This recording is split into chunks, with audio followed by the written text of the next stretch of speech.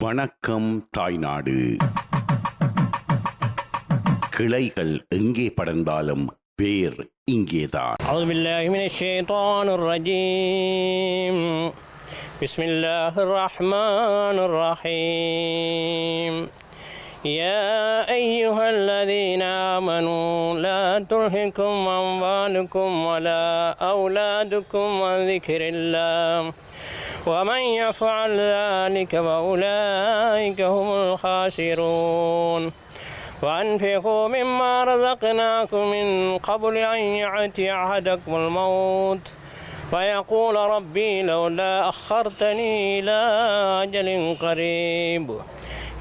أجل قريب وأصدق وأكن من الصالحين ولن يؤخر الله نفسا إذا جاء أجلها والله خبير بما تعملون. صدق الله مولانا العظيم.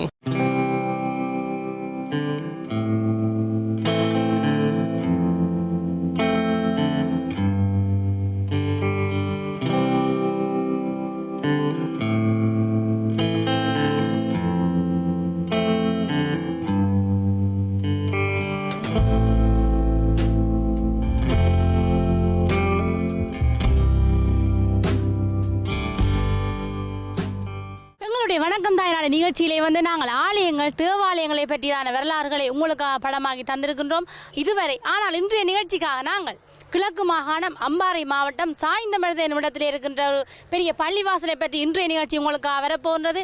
இதுதான் முகமது ஜிம்மா பள்ளிவாசல். இந்த சாய்ந்தமருதை பொறுத்தவரையில் மிகவும் ஒரு பிரபல்யமானதும் வரலாற்று புகழ்மிக்கமான இந்த பள்ளிவாசலை பற்றியான மேலும் பல விஷயங்களை பார்க்கலாம். வாருங்களமை தொடர்ந்து.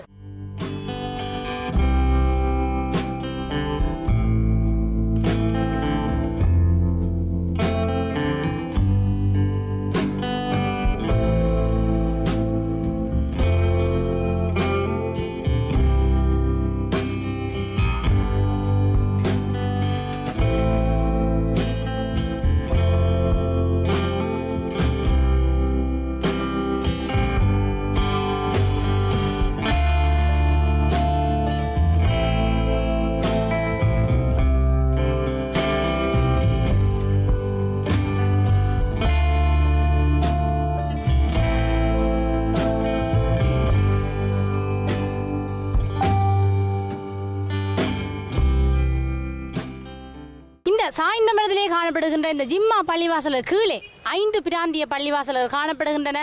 இந்த பள்ளிவாசலை சேர்ந்த பழைய முன்னோர்கள் தங்களுடைய சொத்துக்களை தாங்களாகவே உழைத்து சேர்த்த சொத்துக்களை இந்த பள்ளிவாசலுக்கு அர்ப்பணிப்பு செய்திருக்கின்றார்கள். உதாரணமாக சாய்ந்தமருதிலே காணப்படுகின்ற பொதுச்சந்தை இந்த பள்ளிவாசலுக்கே சொந்தமாக காணப்படுகின்றது. கிட்டத்தட்ட 8 லட்சம் ரூபாய் பெறுமதியான 6 கடைகள் இந்த பெரிய பள்ளிவாசலுக்கு உரித்தாக காணப்படுகின்றது.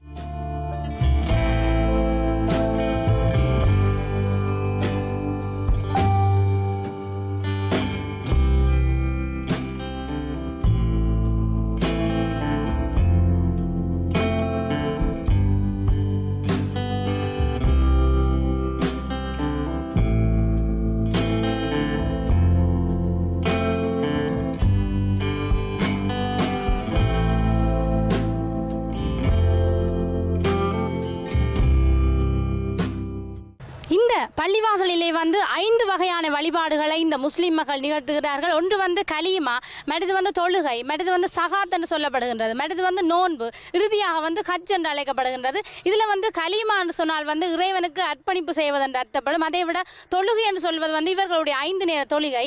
அதை விட சகாத் என்று சொன்னால் தானம் என்று அழைக்கப்படும். நோன்பு என்றால் விரதம் என்று அழைக்கப்படும். இறுதியாக ஹஜ்ஜுக்கு செல்வார்கள். மக்கா என்று சொல்லப்படுகின்ற அடுத்த படிக்கு நிலைக்கு செல்வார்கள்.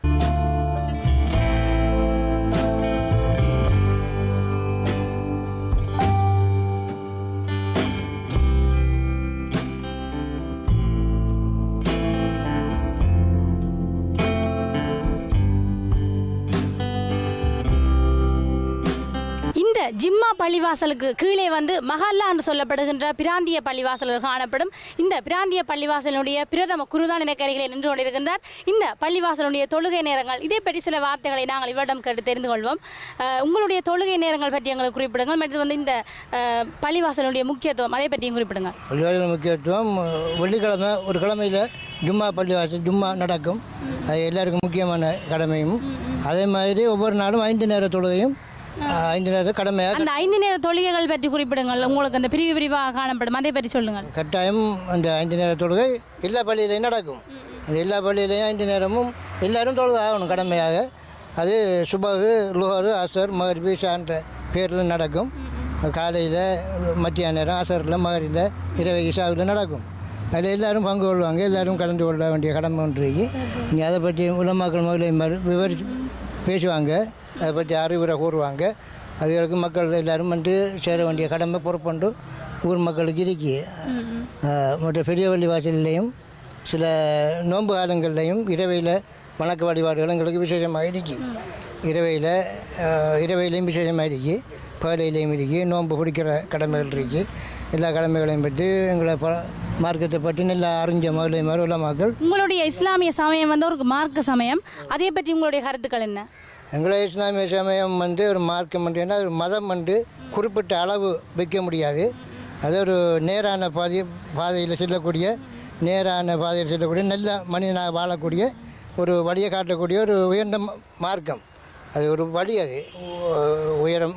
அதில் செல்லுகிறவர்கள் வெற்றி வருவார்கள். அப்படியான ஒரு அமைப்பு உண்டு என்கிற மார்க்கத்தில் இருக்கு.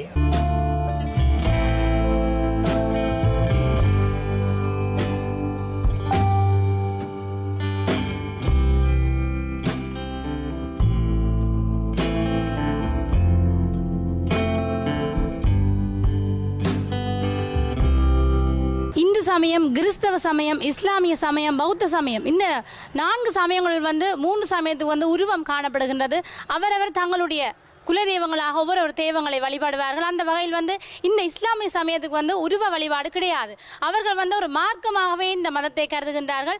நேரான வழியில் தான் இவர்கள் கூட பயணிப்பதாகவும் தங்களுடைய கோட்பாடு வந்து எப்பொழுதும் அன்பு செலுத்தி வாழ்வதாகவும் இந்த பகுதியைச் சேர்ந்த பிரதம குருமார் குறிப்பிட்டிருந்தார். அது மாத்திரமல்ல, இந்த பள்ளிவாசல் வந்து ஒரு புதுமை மிக்க பள்ளிவாசலாக விளங்குகின்றது. இந்த பள்ளிவாசல் என்னென்று இந்த இடத்திலே தோன்றினு சொல்லி நான் அடுத்து உங்களிடம் குறிப்பிடுகின்றேன்.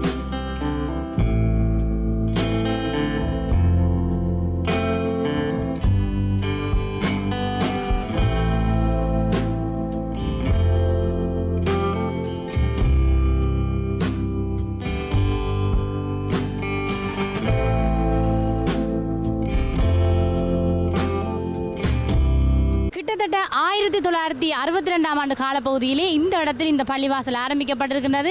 இஸ்லாமிய மதத்தைச் சேர்ந்த பெரியார் ஒருவர், 100 கலீபா வலியுல்லான்னு சொல்லப்படுகின்ற ஒருவர் வந்து இந்த இடத்திலே வந்திருக்கின்றார். இவர்களுடைய வந்து அடக்கம் செய்வதை வந்து தர்கான்னு சொல்லி அழைப்பார்கள். அவர் இறந்த வேளையில் வந்து இங்கே வந்து அடைமழை பெய்து கொண்டிருந்தது. இவருடைய உடலை வந்து ஒரு வெள்ளை துணியால் சுற்றி அந்த ஆறு வந்து அடித்து செல்லப்பட்டிருக்கிறது. இதன் போது வந்து எதிர்ப்பக்கமாக அந்த ஆறு அடிக்க இவருடைய உடல் வந்து இந்த பக்கமாக எடுத்து வரப்பட்டிருக்கின்றது. அவருடைய உடல் வந்து இந்த இடத்திலே தான் வந்து கரையொதுங்கி இருக்கின்றது. அந்த இடத்தில் இவர்களுடைய தர்கா கூட காணப்படுகின்றது. இப்படியான ஒரு வரலாறு இந்த பள்ளிவாசலுக்கு இருக்கின்றது.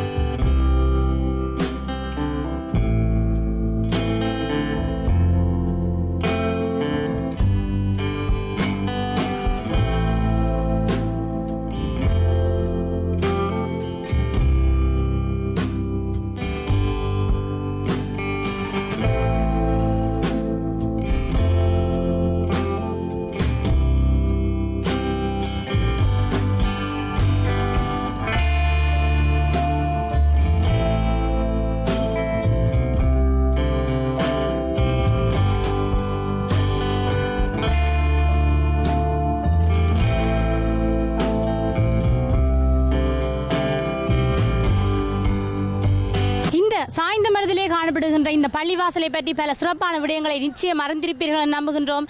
இன்னும் ஒரு நிகழ்ச்சியில் நேர்களை சந்திக்கலாம். அதுவரையில் ஒளிப்பதிவாளர் தர்ஷனுடன் ஷர்மி.